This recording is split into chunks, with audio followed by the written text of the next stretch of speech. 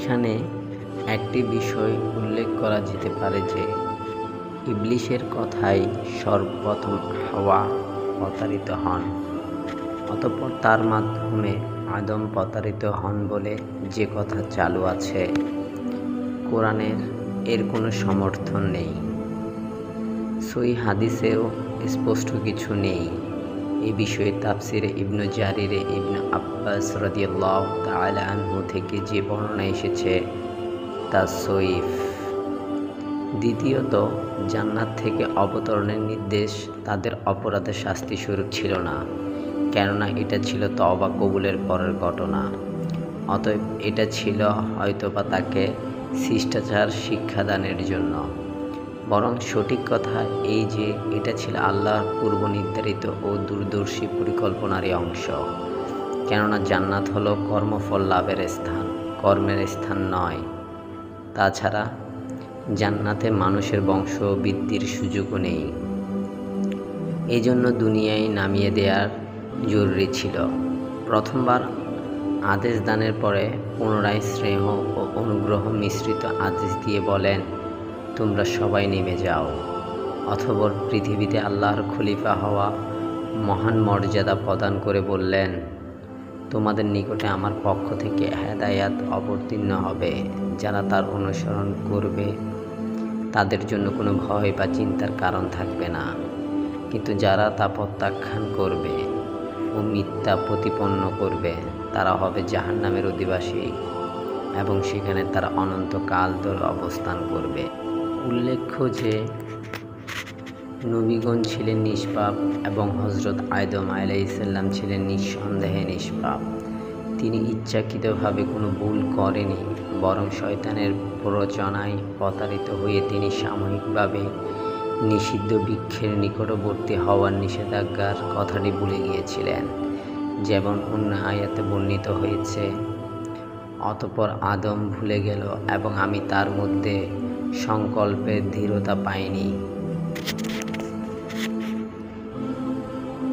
তাছাড়া উক্ত ঘটনার সময় তিনি নবী হননি, বরং পদস্থানের ঘটনার পরে আল্লাহ তাকে নবী মনোনীত করে দুনিয়ার পাঠান ও হেদায়াত প্রদান করেন। এখানে একটি বিষয় লক্ষণীয় যে ইবলীসের ক্ষেত্রে আল্লাহ বলেন, তুমি জান্নাত থেকে বেরিয়ে যাও, নিশ্চয় তুমি অভিশপ্ত। অন্যদিকে আদম ও হাওয়ার ক্ষেত্রে বললেন, তোমরা নেমে যাও। এতে ইঙ্গিত রয়েছে যে ইবলীস কখনোই আর জান্নাতে ফিরে আসতে পারবে না, কিন্তু বনু আদমের ঈমানদারগণ পুনরায় ফিরে আসতে পারবে ইনশাআল্লাহ। নগ্নতা শয়তানের প্রথম কাজ। মানুষের উপরে শয়তানের প্রথম হামলা ছিল তার দেহ থেকে কাপড় খুঁচিয়ে তাকে উলঙ্গ করে দেয়া।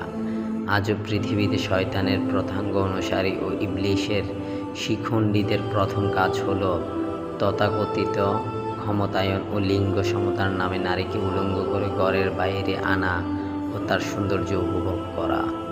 অথচ পৃথিবীর বিগত সভ্যতাগুলি ধ্বংস হয়েছে মূলত নারী ও মদের সহজতার কারণেই। অতএব সভ্য, ভদ্র ও আল্লাহ ভীরু বান্দাদের নিকটে ঈমানের পর সর্বপ্রথম ফরজ হল স্ব লজ্জাস্থান আবৃত রাখা ও ইজ্জত আবরূপ হেফাজত করা। অন্যান্য ফরজ সবই এর পরে। নারীর পর্দা কেবল পোশাকে হবে না, বরং তা হবে তার ভিতরে, তার কথাবার্তায়, আচার আচরণে ও চালচলনে, সর্ব বিষয়ে। পরনারীর প্রতিটি অঙ্গভঙ্গি ও মিষ্ট কণ্ঠস্বর পরপুরুষের হৃদয়ে অন্যায় প্রভাব বিস্তার করে। অতএব লজ্জাশীলতায় মুমিন নরনারীর অঙ্গভূষণ ও পারস্পরিক নিরাপত্তার গ্যারান্টি। নারী ও পুরুষ প্রত্যেকে একে অপরের থেকে স্ব দৃষ্টিতে অবনত রাখবে। এরপর পরস্পরের সার্বিক পর্দা বজায় রাখবে, কেবলমাত্র প্রয়োজনীয় কথাটুকু স্বাভাবিকভাবে সংক্ষেপে বলবে। স্মরণ করো সেই সময়ের কথা যখন তোমার প্রভু ফেরেশতাদের বললেন, আমি মিশ্রিত পচা কাদার শুকনো মাটি দিয়ে মানুষ সৃষ্টি করব। অতঃপর যখন আমি অবয়বপূর্ণভাবে তৈরি করে ফেলব ও তাতে আমি আমার রূহ ফুঁকে দেব, তখন তোমার তার প্রতি সিজদায় পড়ে যাবে। অন্যথা তিনি বলেন, তিনিই সেই সত্তা যিনি তোমাদেরকে মাতৃগর্ভে আকার আকৃতি দান করেছেন, যেমন তিনি চেয়েছেন। তিনি ব্যতীত কোনো উপাস্য নেই। তিনি মহাপরাক্রান্ত ও মহাবিজ্ঞানী। তিনি আরও বলেন, তিনি তোমাদেরকে তোমাদের মাতৃগর্ভে সৃষ্টি করেন একের পর এক স্তরে, তিনটি অন্ধকারাচ্ছন্ন আবরণের মধ্যে। তিনটি আবরণ হলো পেট, রেহেম বা জরায়ু এবং জরায়ু ফুল বা গর্ভাধার। উক্ত আয়াতগুলিতে আদম সৃষ্টির তিনটি পর্যায়ে বর্ণনা করা হয়েছে। প্রথমে মাটি দ্বারা অবয়ব নির্মাণ, অতঃপর তার আকার আকৃতির গঠন ও অঙ্গ প্রত্যঙ্গ সমূহের শক্তির আনুপাতিক হার নির্ধারণ ও পরস্পরের মধ্যে সাম্রাজ্য বিধান ও সর্বশেষ তাতে রূপ সঞ্চার করে আদম আলাইহিসসালামকে অস্তিত্ব দান করেন। অতঃপর আদমের অবয়ব পাঁজর থেকে কিছু অংশ নিয়ে তার জোড়া বা স্ত্রী সৃষ্টি করা। শুধু মানুষ নয়, উদ্ভিদ রাজি জীবজন্তু ও পানিকুলের সৃষ্টি হয়েছে মাটি থেকে, আর মাটি সৃষ্টি হয়েছে পানি থেকে। পানি হলো সকল জীবন্ত বস্তুর মূল। প্রথম পর্যায়ে মাটি থেকে সরাসরি আদম আলাইহিসসালামকে, অতঃপর আদম থেকে তার স্ত্রী হাওয়া আলাইহিসসালামকে সৃষ্টি করার পরবর্তী পর্যায়ে আল্লাহ আদম আলাইহিসসালামের সন্তানের বনু আদমের বংশবৃদ্ধির ব্যবস্থা করেছেন। এখানেও রয়েছে 7টি স্তর। মাতৃগর্ভের তিনটি ঘাড় অন্ধকার পর্দার অন্তরালে এইভাবে দীর্ঘ 9 মাস ধরে বেড়ে ওঠা প্রথমত একটি পূর্ণ জীবন সত্তার সৃষ্টি, অতঃপর একটি জীবন্ত প্রাণবস্তু ও প্রতিভাবান শিশু হিসেবে দুনিয়াতে ভূমিষ্ঠ হওয়া কতই না বিস্ময়কর ব্যাপার।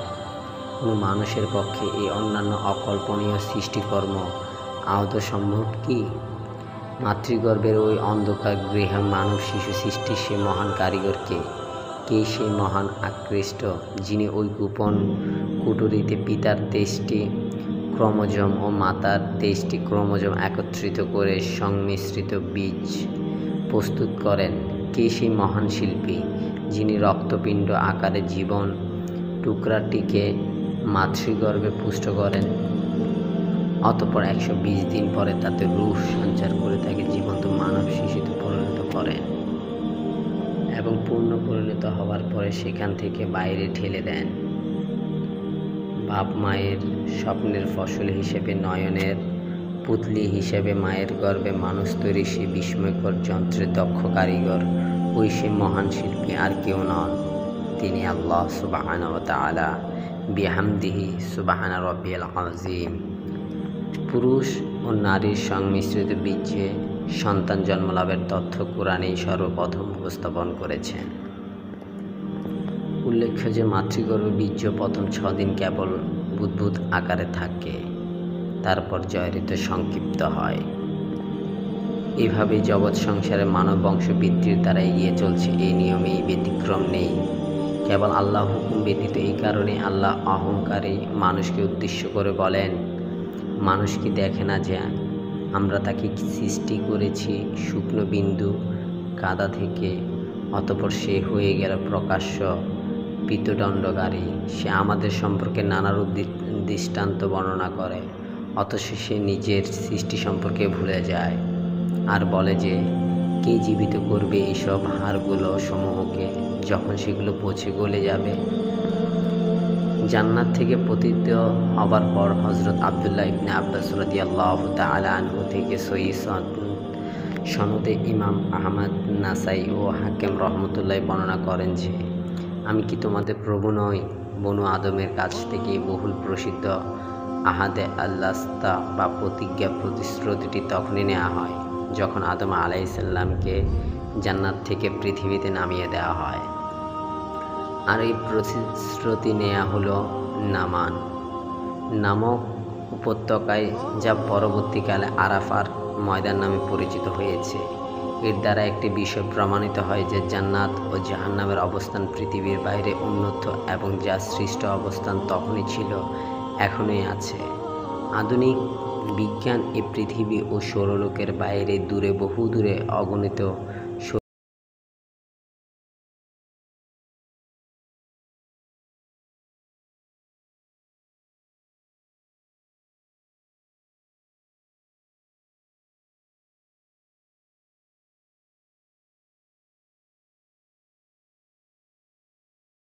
বিপরীত নেই।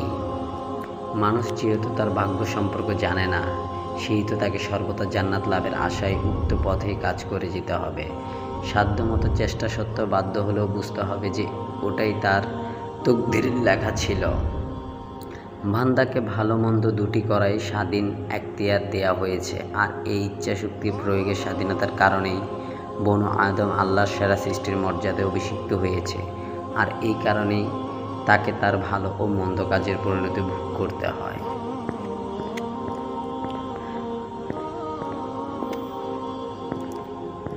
আল্লাহ বলেন, আমি পৃথিবীতে আবাদ করার আগে ভাগে তোমাদের অস্বীকার এই জন্যই নিয়েছি অঙ্গীকার, যাতে তোমরা কিয়ামতের দিন এ কথা বলতে না পারো যে এ বিষয়ে আমাদের জানা ছিল না, অথবা এই কথা বলতে না পারো যে শিরকের প্রথা তো আমাদের পূর্বে আমাদের বাপদাদারাও চালু করেছিল। আল্লাহ, আমরা হলাম তাদের পরবর্তী বংশধর। তাহলে সেই বাতিলপন্থীরা যে কাজ করেছে তার জন্য কি আপনি আমাদের ধ্বংস করবেন? আল্লাহ বলেন, বস্তুত এভাবে আমরা আদিকালে গঠিত বিষয়সমূহ সর্বস্তরে বর্ণনা করলাম, যাতে তারা অর্থাৎ অবিশ্বাসীরা আমার পথে ফিরে আসে। যেমন সাহাবী উবাই ইবনু কাব রাদিয়াল্লাহু তাআলা আনহু সূরা আরাফের 172 নম্বর আয়াতে অনুবাদ, যখন তোমার প্রভু বনু আদমের পৃষ্ঠসমূহ থেকে তোমাদের সন্তানদের বের করে আনলেন, এর ব্যাখ্যায় বলেন, অতঃপর আল্লাহ তাদের একত্রিত করলেন এবং নারী পুরুষের বিভক্ত করলেন, অতঃপর তাদেরকে ভবিষ্যতের আকৃতি দান করলেন ও কথা বলার ক্ষমতা দিলেন। তখন তারা কথা বলল, অতঃপর আল্লাহ তাদের কাছ থেকে প্রতিজ্ঞা ও প্রতিশ্রুতি গ্রহণ করলেন এবং তাদেরকে নিজেদের উপরে সাক্ষী করে জিজ্ঞেস করলেন, আমি কি তোমাদের প্রতিপালক নই? তারা বলল, হ্যাঁ। আল্লাহ বললেন, আমি তোমাদের একতার উপর 7 আসমান ও 7 জমিনকে সাক্ষী করেছি এবং তোমাদের উপর তোমাদের পিতা আদম আলাইহিস সালামকে সাক্ষী রাখছি, যাতে তোমরা কিয়ামতের দিন এই কথা বলতে না পারো যে এই প্রতিশ্রুতির কথা আমরা জানতাম না।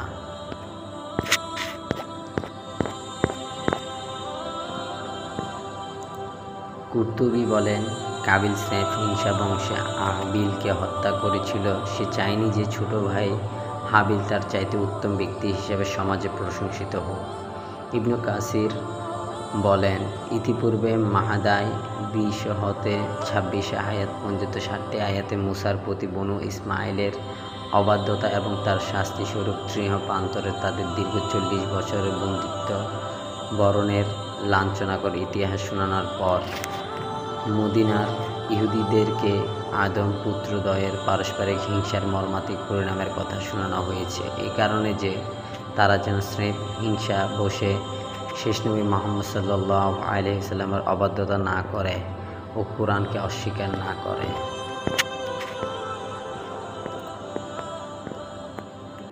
আদম আলাইহিস সালামের জীবনী থেকে শিক্ষণীয় বিষয়সমূহ, তিনি সরাসরি আল্লাহর দুয়াতে গড়া এবং মাটিরই হতে সৃষ্ট। তিনি জ্ঞান সম্পূর্ণ ও পূর্ণাঙ্গ মানুষ হিসেবে জীবন লাভ করেছিলেন। তিনি ছিলেন মানব জাতির আদি পিতা ও প্রথম নবী। তিনি জিন জাতির পরবর্তী প্রতিনিধি হিসেবে এবং দুনিয়ার পরিচালনার দায়িত্বশীল খলিফা হিসেবে প্রেরিত হয়েছিলেন। দুনিয়ার সকল সৃষ্ট বস্তুত নাম অর্থাৎ সেসবের জ্ঞান ও তা ব্যবহারের যোগ্যতা তাকে দান করা হয়েছিল। জিন ও ফেরেশতা সহ সকল প্রকাশ্য ও প্রকাশ্য সৃষ্টির উপরে মানবজাতির শ্রেষ্ঠত্ব প্রমাণিত সকলকে তাদের অনুগত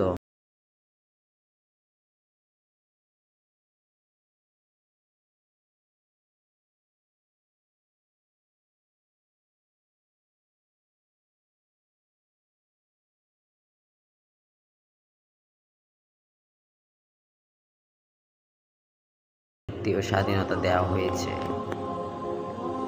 আদম আলাইহিস সালামকে সিজদা না করার পিছনে ইবলীসের অহংকার ও তার পরিণতিতে তার অভিশপ্ত হওয়ার ঘটনার মধ্যে মানুষকে অহংকারী না হওয়ার শিক্ষা প্রদান করা হয়েছে। জৈবিক ও অর্থাধিক দিকের সমন্বয়ে মানুষ একটি অসাধারণ সত্তা, যা অন্য কোনো সৃষ্টির সাথে তুলনীয় নয়। ঈমানদার বান্দাগণ কিয়ামতের দিন বিচার শেষে পুনরায় জান্নাতে ফিরে যাবে। দুনিয়াবি ব্যবস্থাপনার সকল জ্ঞান আমাদেরকে দেয়া হয়েছিল এবং তার মাধ্যমে পৃথিবীতে প্রথম ভূমি, আবাদ ও চাকা চালিত পরিবহনের সূচনা হয়। সব কিছুরই সৃষ্টি হয়েছে মানুষের সেবার জন্য। আর মানুষ সৃষ্টি হয়েছে আল্লাহর দাসত্বের জন্য।